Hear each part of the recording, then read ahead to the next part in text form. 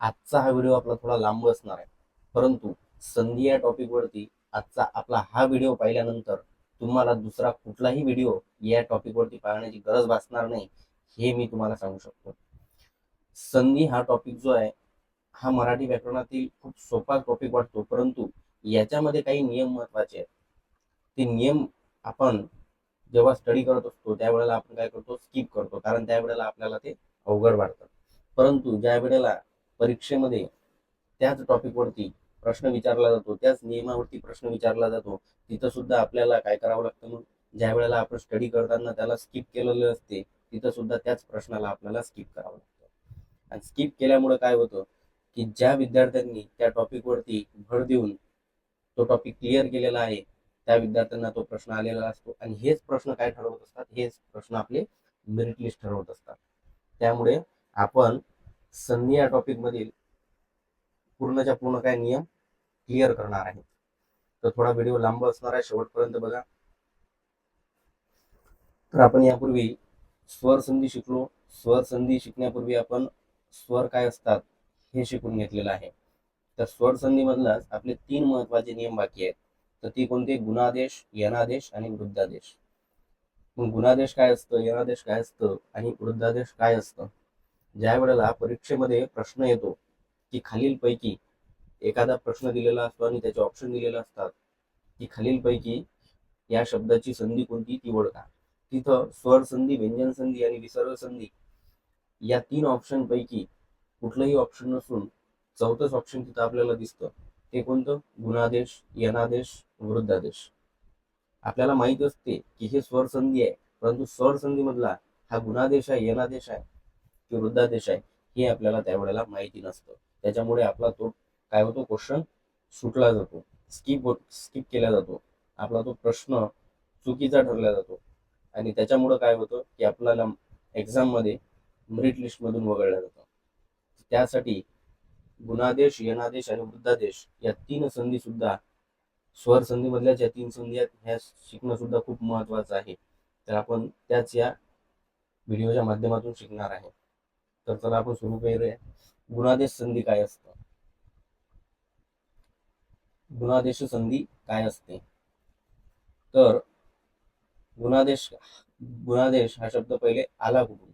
तर गुण जो आहे हा शब्द संस्कृत मधून आलेला आहे. गुण हा शब्द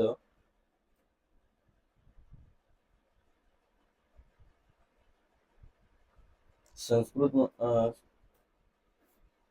संस्कृत मधून आलेला आहे. गुण म्हणजेच आदेश होतो. आदेश हा शब्द संस्कृत मधून आलेला आहे, आणि गुण हा या 2 शब्दांचा मिळून हे नाव काय झालेलं आहे, गुणादेश झालेला आहे. तर याचा नियम काय सांगतो? गुणादेश या संधीचा नियम काय पहिले हे आपण ठरवून घेऊ. पहिल्या शब्दातील शेवटचा वर्ण हा ऱ्हस्व किंवा दीर्घस्वर असेल. पहिल्या शब्दातील शेवटचा जो वर्ण आहे, आपण आपण बघितलं होतं की हे 2 शब्द आहेत, या 2 शब्दांना आपण जोडत असतो. कसं? हा पहिला शब्द आहे, हा दुसरा शब्द आहे. पहिल्या शब्दातील जो शेवटचा वर्ण आहे आणि दुसऱ्या शब्दातील जो पहिला वर्ण आहे, या 2 शब्दांना आपण जोडत असतो. मग काय, पहिल्या शब्दातील जो शेवटचा वर्ण आहे म्हणजे कोणता? हा हा कसा चालतो? ऱ्हस्व किंवा दीर्घ. हा ऱ्हस्व पण चालतो, हा दीर्घ पण चालतो. हा ऱ्हस्व पण चालतो आणि हा दीर्घ पण चालतो. प्लस दुसऱ्या शब्दातील जो पहिला वर्ण आहे हा दुसऱ्या जातीतील पाहिजे. हा या जातीतला नसून हा दुसऱ्या जातीतील पाहिजे. मग कसा चालतो तो? तो सुद्धा ऱ्हस्व किंवा दीर्घ चालतो. मग ही हा या जातीतील आहे काय? नाही, म्हणून हा इथं चालू शकतो. हा सुद्धा कसा चालतो? ऱ्हस्व चालतो आणि दीर्घ चालतो. म्हणजे सांगायचं काय यांना की जे दोन वर्ण आपण जोडणार आहेत हे एकाच जातीतले नसले पाहिजे. म्हणजे कसे पाहिजे? विजातीय पाहिजे. नियम काय सांगतो की जे 2 शब्द आपण जोडणार आहेत, जे 2 वर्ण आपण जोडणार आहेत ते काय असले पाहिजे? ऱ्हस्व दीर्घ काही असले चालतील, परंतु ते विजातीय असले पाहिजे. ते विजातीय असले पाहिजे.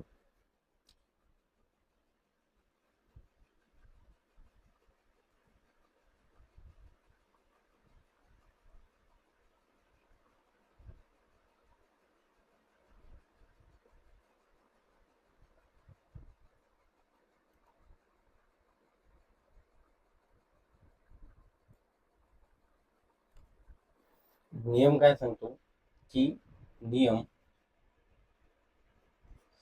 नियम सांगतो आपला की ह्रस्व किंवा दीर्घ स्वर चालतील, परंतु त्याच्या पुढे जो येणारा शब्द जो स्वर असेल तो दुसऱ्या जातीतला ह्रस्व किंवा दीर्घ पाहिजे. म्हणजे एकाच जातीतील दोन्ही पाहिजे नाही. तर त्याच्यावर आपण इथं खाली उदाहरणं दिलेली आहेत. गणेश, उमेश, चंद्रोदय आणि महर्षी. ते आपण सॉल्व्ह करून बघू आणि बघू आपल्या नियमामध्ये इथं बसते का.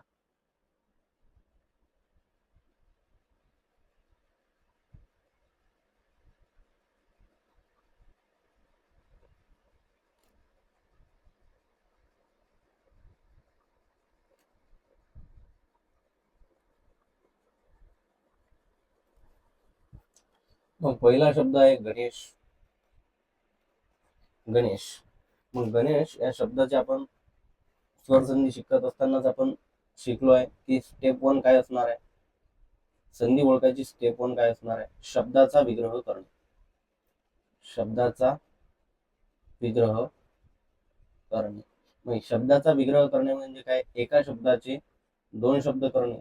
तेव्हाच तर आपल्याला दोन शब्द जोडता येतील. पहिल्या शब्दातील शेवटचा वर्ण आणि दुसऱ्या शब्दातील पहिला वर्ण त्याच वेळेला जोडता येतील. मग पहिल्यांदा आपल्याला शब्दाचा विग्रह करायचा आहे. त्यानंतर दुसरी स्टेप काय असणार आहे. जे दोन शब्द आपण वेगवेगळे केले त्यातील शेवटचा शब्दातील वर्ण म्हणजे शब्दातला शेवटचा वर्ण आणि दुसऱ्या शब्दातला पहिला वर्ण वर्णाची म्हणजे पहिल्या शब्दातील जो शेवटचा वर्ण आहे. पहिल्या शब्दातील शेवटचा जो वर्ण आहे याची सुद्धा काय करायची आपल्याला. याची सुद्धा फोड करायची आहे. फोड करायची आहे. स्टेप वन काय आहे. शब्दाचा विग्रह केला. कोण्या शब्दाचा विग्रह केला. या शब्दाचा विग्रह केला. त्याचा काय झाला. इथं दोन शब्द तयार झाले. एका शब्दाचे इथं दोन शब्द तयार झाले. त्यानंतर स्टेप दुसरी काय आहे आपली.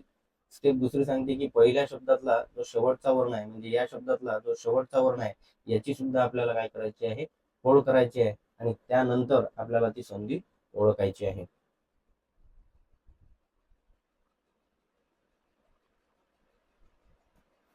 तर मग आपण गणेश या शब्दाचा आपण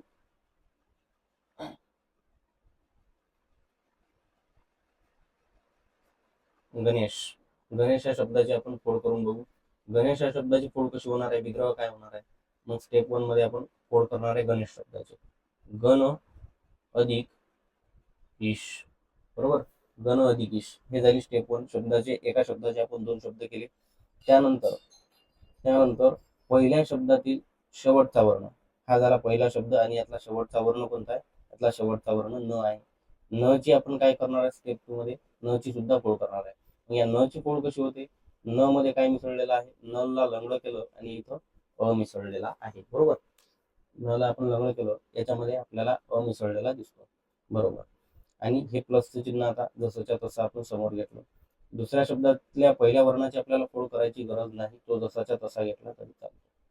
मग आता आपल्याला समोरासमोर काय दिसत आहेत. हे दोन काय दिसत आहे इथं समोरासमोर.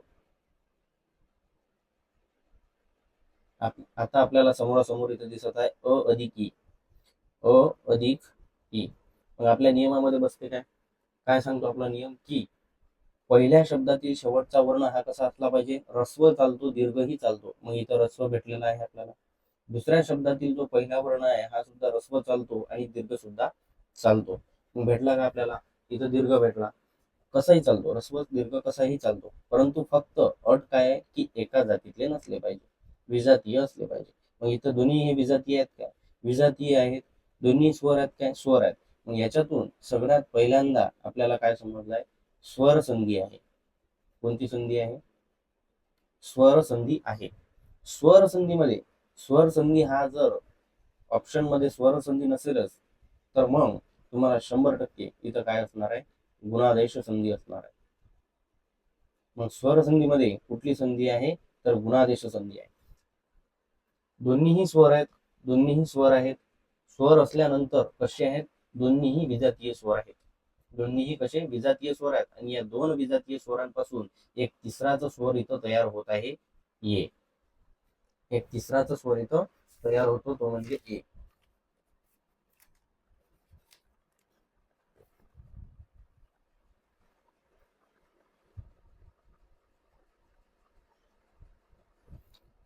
बघा, अ अधिक ई, बरोबर, याच्यापासून तयार झालेला आहे ए.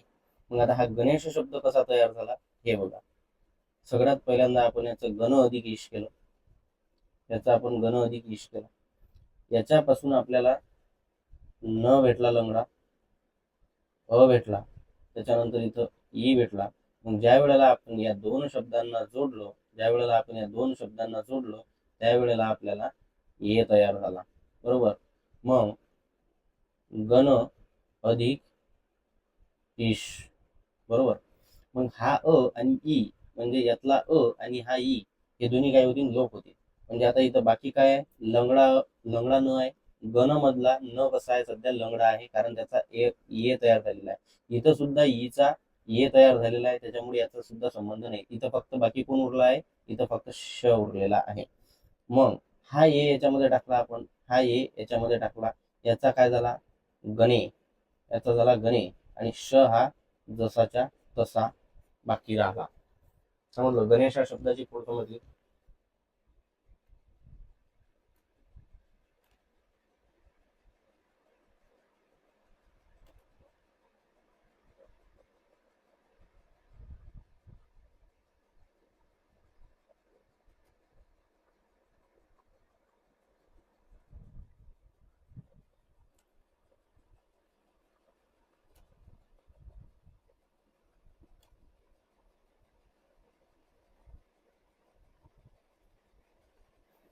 मग गणेश या शब्दाची फोड आपल्याला समजली आहे की गणेश हा शब्द तयार कसा झाला आहे.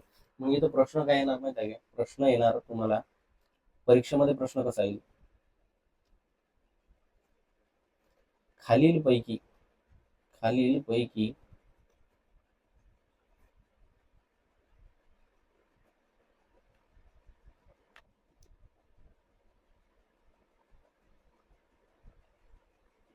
गणेश या शब्दाची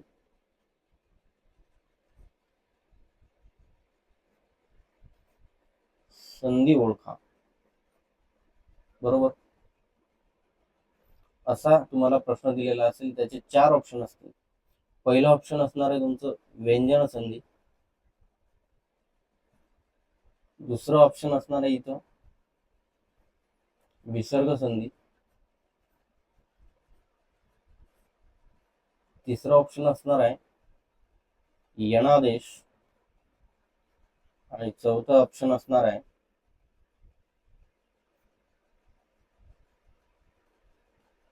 गुणादेश.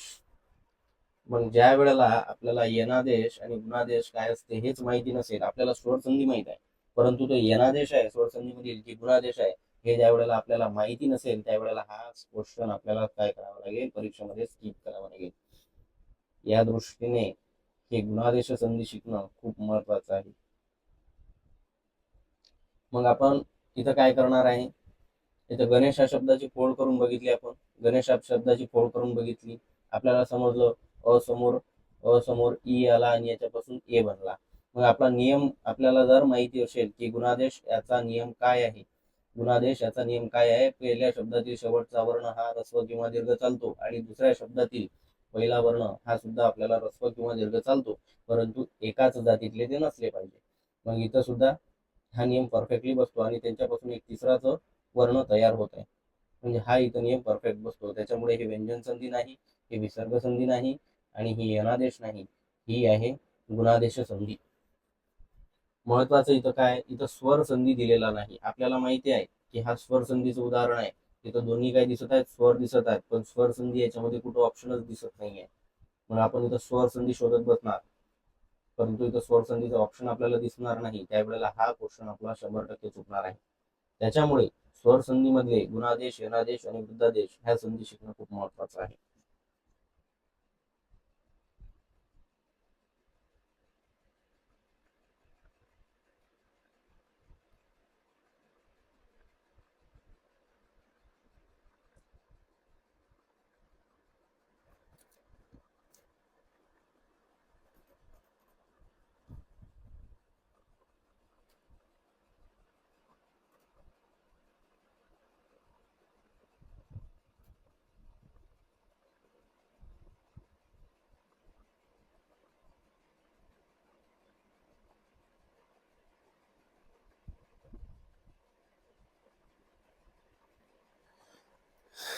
सॉरी,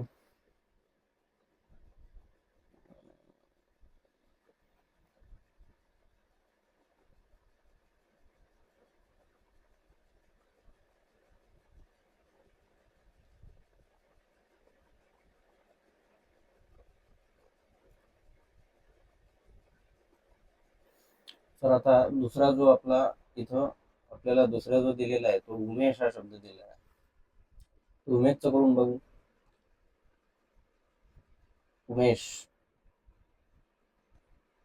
उमेश या शब्दाचा आपल्याला स्टेप 1 मध्ये काय करायचं आहे? उमेश या शब्दाचे आपल्याला 2 शब्द करायचे आहे.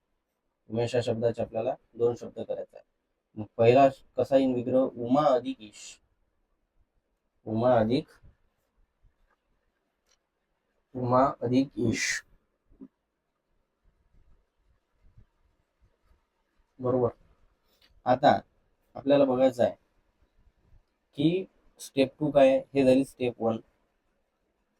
हे झाली आपली स्टेप 1. आता स्टेप 2 मध्ये काय आहे? स्टेप 2 मध्ये आपण करत असतो पहिल्या शब्दातला जो शेवटचा वर्ण आहे याची सुद्धा आपण काय करतो? फोड करतो. मग या शब्दात किती आहे? या शब्दात 2 वर्ण आहे, 1 आणि 2. हा शेवटचा वर्ण आहे. याची सुद्धा आपण काय करत असतो? याची सुद्धा आपण फोड करतो. याची फोड काय होणार?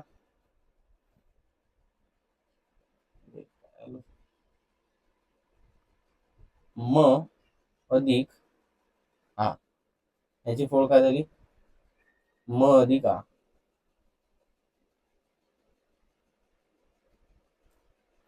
याची फोड झाली म अधिक आ बरोबर काय होतो? मा होतो. मग हा प्लसचं चिन्ह आपण जसंच्या तसं इथं घेतलं आणि दुसऱ्या शब्दातला पहिला वर्ण आपण घेतला जसाच्या तसा. याची आपल्याला फोड करण्याची आवश्यकता नाही. मग हे 3 ज्या वेळेला आपल्याला हा लंगडा म झाला. हे 3 ज्या वेळेला आपल्याला वर्ण भेटतात तर आपल्याला या 2 वर्णांना काय असतो? जोडायचं असतं. या 2 वर्णांना आपल्याला जोडायचं असतं. मग आ आणि ई, आ आणि ई. मग आपल्याला माहित असायला पाहिजे की ज्या वेळेला अ किंवा आ यांच्या समोर हा ई किंवा ई येतो त्यावेळेला याचा ए बनतो. बरोबर, त्यावेळेला ए बनतो. ज्या वेळेला अ किंवा आ यांच्या समोर छोटा ई किंवा मोठा ई येतो त्यावेळेला त्याचा ए बनतो. आणि हा ए केव्हा बनतो? मग हा ए बनतो अ किंवा आ यांच्या समोर डायरेक्ट हा ए जर आला तर यांच्यापासून हा ए बनतो. बरोबर. आता उमेश या शब्दाच्या वरती एक मात्रा आहे. उमेश या शब्दाच्या वरती एक मात्रा आहे म्हणजे एक मात्रा म्हणजे काय? हा ए कोणता असणार आहे? हा ए हा वाला ए असणार आहे, एडक्याचा ए. बरोबर, एडक्याचा ए एक एकचा ए असणार आहे. तर आता आपण आपल्या मूळ टॉपिक वरती येऊ. इथपर्यंत आपलं आलो. आपण उमेश या शब्दाचे 2 शब्द केले, उमा अधिक ईश. त्याच्यापासून दुसरं आपण स्टेप 2 मध्ये गेलो. शेवटच्या वर्णाची सुद्धा आपण काय केली? फोड केली. त्याच्यापासून आपल्याला म अधिक आ भेटला. दुसऱ्या शब्दातला आपण पहिला वर्ण घेतला, इथं ई घेतला आणि हे 2 वर्ण ज्या वेळेला आपण जोडले त्यावेळेला यांच्यापासून आपल्याला तयार झाला ए. आता महत्वाचं काय आहे? आपल्याला एवढं समजलं की आ आणि ई हे 2 स्वरासमोर स्वर आलेले आहेत. स्वर संधीचं काय आहे? स्वर संधी काय असते? ज्या वेळेला स्वरासमोर स्वर येतात त्यावेळेला आपण काय म्हणतो की ते स्वर संधी आहे. परंतु आपल्याला परीक्षेतील उदाहरणाच्या ऑप्शन मध्ये स्वर संधी हा कुठं पर्यायच दिसत नाही. तिथं वेगळाच पर्याय असतो. तो कोणता? गुणादेश. आणि आपल्याला ओळखायचं आहे की स्वर संधी मधला हा कुठला प्रकार आहे. तर मग आता एवढं आपल्याला कन्फर्म झालं की स्वरासमोर स्वर आले त्याच्यामुळे ही स्वर संधी आहे. त्याच्यामुळे ही स्वर संधी आहे. परंतु स्वर संधी मधला हा कुठला उपप्रकार आहे तर हे आपल्याला माहित असण्यासाठी पुन्हा आपल्याला तोच आपला नियम माहित असणं आवश्यक आहे. मग आपला नियम काय आहे? ऱ्हस्व किंवा दीर्घ स्वरापुढे त्याच जातीतला सोडून विजातीय स्वर, कोणताही विजातीय स्वर असो, कोणताही विजातीय स्वर ज्या वेळेला येईल त्यावेळेला ते गुणादेश होईल. त्यावेळेला काय होईल? ते गुणादेश होईल.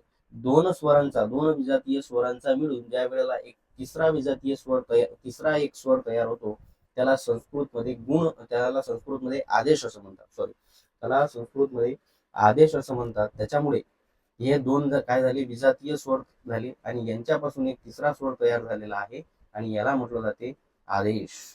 संस्कृतमध्ये याला म्हटलं जाते आदेश. बरोबर. तर आपल्याला मग इथं काय झालं? आ अधिक ई पासून ए तयार झालेला आहे. म्हणजे ही संधी कोणती मिळाली आपल्याला? मग गुणादेश संधी मिळाली. इथं संधी कोणती मिळाली आपल्याला? गुणादेश संधी मिळाली. आता पुन्हा आपण उमेश या शब्दाची प्रॉपर फोड आणि तो शब्द कसा तयार झालेला आहे हे करून बघू.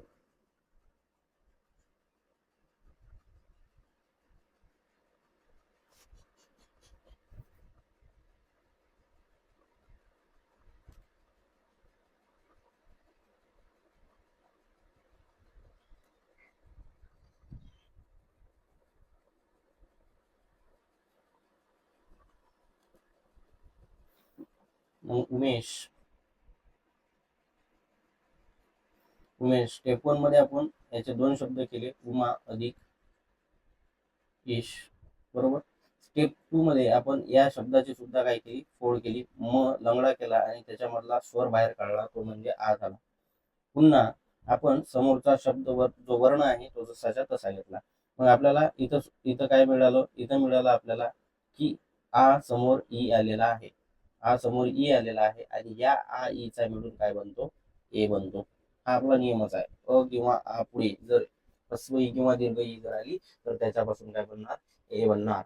मग त्याच्यानंतर काय झालं? उमा अधिक ईश यातला आपण काय केला? उमा मधला ऑलरेडी आपण इथं म काढून टाकलेला आहे. म कसा आहे? सध्या लंगडा आहे, म लंगडा आहे. याच्यामधला जो आहे हा आपण काढून टाकलेला आहे. या दुसऱ्या शब्दातला जो पहिला वर्ण आहे हा सुद्धा आपण इथं घेतलेला आहे, हा सुद्धा आपण इथं घेतलेला आहे. म मधला आ आपण इथं घेतलेला आहे, बरोबर. आता इथं काय बाकी आहे? मग उ बाकी आहे, त्याच्यानंतर दुसरा वर्ण लंगडा म बाकी आहे आणि समोरच्या शब्दामध्ये फक्त श बाकी आहे. समोरच्या शब्दामध्ये फक्त श बाकी आहे आणि याचा काय बनलेला आहे? या आ आणि ईचा म्हणजे यातला जो शेवटचा वर्ण होता आणि हा जो वर्ण आहे यांचा मिळून काय बनलेला आहे? ए बनलेला आहे. मग आता हा जर ए याच्यामध्ये टाकला तर हा काय होईल? ए म्हणजे काय असतो? मात्रा असतो. याचा बनेल आता उमेश. हा झालेला आपला करेक्ट शब्द उमेश. आणि उमेश हा शब्द कशामध्ये येतो? मग उमेश हा शब्द गुणादेश संधीमध्ये येतो. त्याचप्रमाणे तिसरं उदाहरण आहे चंद्रोदय.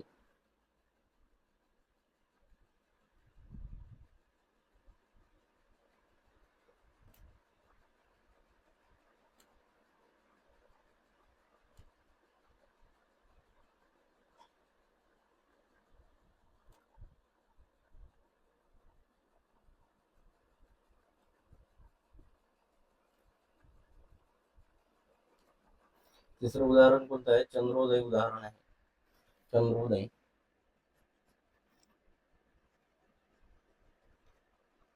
चंद्रोदय आपण काय करणार आहे? सर्वात प्रथम या चंद्रोदय शब्दाचा काय करणार आहे? विग्रह. याचे 2 शब्द तयार करून घेणार आहे. याचे 2 शब्द चंद्र अधिक उदय. हे तुम्हाला करता येणं खूप आवश्यक आहे. याच्यासाठी तुम्हाला काय शिकायचं आहे? याच्यासाठी तुम्हाला विग्रह नावाची एक कॉन्सेप्ट येते मराठी व्याकरणामध्ये. एक विग्रह म्हणजे काय? वेगळे करणे, 2 शब्द वेगळे करणे. ही कॉन्सेप्ट तुम्हाला शिकणं खूप महत्वाची आहे. त्याच्यामुळे त्यावरूनच तुम्हाला काय करता येतील? 2 शब्दाची फोड एका शब्दाचे 2 शब्द अशी फोड करता येईल. मग चंद्रोदय या शब्दाचे आपण 2 शब्द केले, चंद्र अधिक उदय. मग आता स्टेप 1 झाली आपली, एका शब्दाचे 2 शब्द केले. मग पहिल्या शब्दातील जो शेवटचा वर्ण आहे याची सुद्धा आपल्याला काय करायचे आहे? याची सुद्धा आपल्याला फोड करायची आहे. मग हा द्र आहे, या द्र मध्ये काय असणार आहे? मग द्र कसा असणार आहे? द र अधिक अ, बरोबर. द र अधिक अ बरोबर काय होईल? द्र होईल. आणि हे झाली आता पहिल्या शब्दाच्या शेवटच्या वर्णाची फोड, द र अधिक अ. आता जो दुसऱ्या शब्दातला पहिला वर्ण आहे तो आपण इथं घेतला आणि आपल्याला काय मिळालं? इथं आपल्याला मिळालं की स्वरासमोर स्वर आलेला आहे. म्हणजे कन्फर्म झालं की चंद्रोदय ही स्वर संधी आहे. परंतु ऑप्शन मध्ये पुन्हा तेच, परीक्षेतील पर्यायामध्ये उदाहरणाच्या या चंद्रोदय उदाहरणाच्या पर्यायामध्ये स्वरसंधी हे ऑप्शनच नसणार आहे, हा पर्यायच नसणार आहे. त्याच्या जागी गुणादेश हा पर्याय असणार आहे. आणि ज्या वेळेला आपल्याला गुणादेशाचा नियम माहिती नाही तेव्हा आपल्याला हा प्रश्न स्किप करावा लागणार आहे किंवा आपला प्रश्न चुकणार आहे. त्याच्यामुळे आपल्याला हा नियम पाठ असणं महत्वाचं आहे की ज्या वेळेला ह्रस्व किंवा दीर्घ स्वरापुढे कुठलाही त्याच्यातील विजातीय स्वर येतो त्यावेळेला त्याच्यापासून एक तिसराच स्वर तयार होतो. हा पुन्हा पुन्हा मी नियम याच्यासाठी तुम्हाला सांगत आहे की तुमचा याच व्हिडिओच्या माध्यमातून काय झाला पाहिजे, रट्टा मारून हा पाठ झाला पाहिजे, म्हणून पुन्हा पुन्हा मी या नियमाला रिवाइज करत आहे. तो अ आणि उ या यांच्या समोर ज्या वेळेला अ आणि उ ज्या वेळेला एकत्र येतात त्यांच्यापासून काय बनतो, ओ हा शब्द बनतो. त्यांच्यापासून ओ हा स्वर बनतो. ओ हा स्वर बनतो. मग आता काय झालं की आपला नियम बसते का बघा, स्वरासमोर स्वर आलेला आहे, स्वरासमोर स्वर आलेला आहे आणि त्यांच्यापासून एक तिसराच स्वर काय झालेला आहे, तयार झालेला आहे. मग स्वर संधी आहे कन्फर्म झालं, पण स्वर संधी मधली कुठली संधी आहे, मग गुणादेश संधी, हे सुद्धा इथं काय झालेलं आहे, कन्फर्म झालेलं आहे.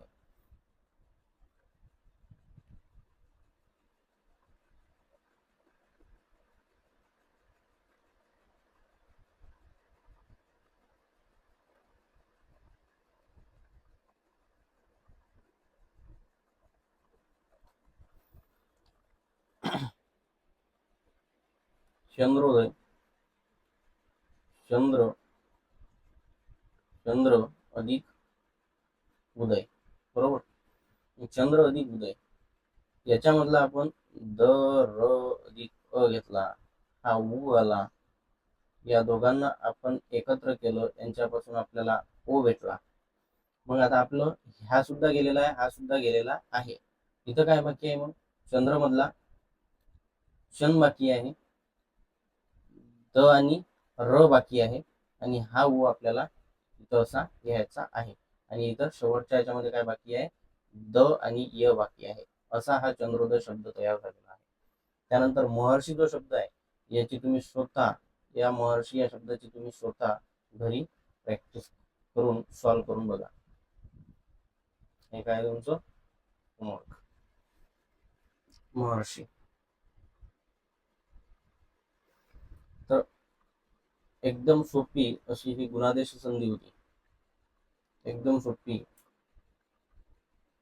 आणि पोलीस भरती असो, तलाठी भरती असो, किंवा कुठलीही सरळ सेवा एक्झाम असो, संधी या टॉपिक वरती प्रश्न तर येतोच, परंतु संधी या टॉपिक वरती प्रश्न आल्यानंतर तुम्हाला ज्या वेळेला गुणादेश, यनादेश आणि वृद्धादेश यांचे या संधीवरती प्रश्न येतो आणि त्याचा उपप्रकार विचारला जातो स्वर संधीचा, त्यावेळेला तुमचा इथं गोंधळ होतो. त्यासाठी आपण हा व्हिडिओ शेवटपर्यंत बघणं खूप महत्वाचं आहे परीक्षेच्या दृष्टिकोनातून.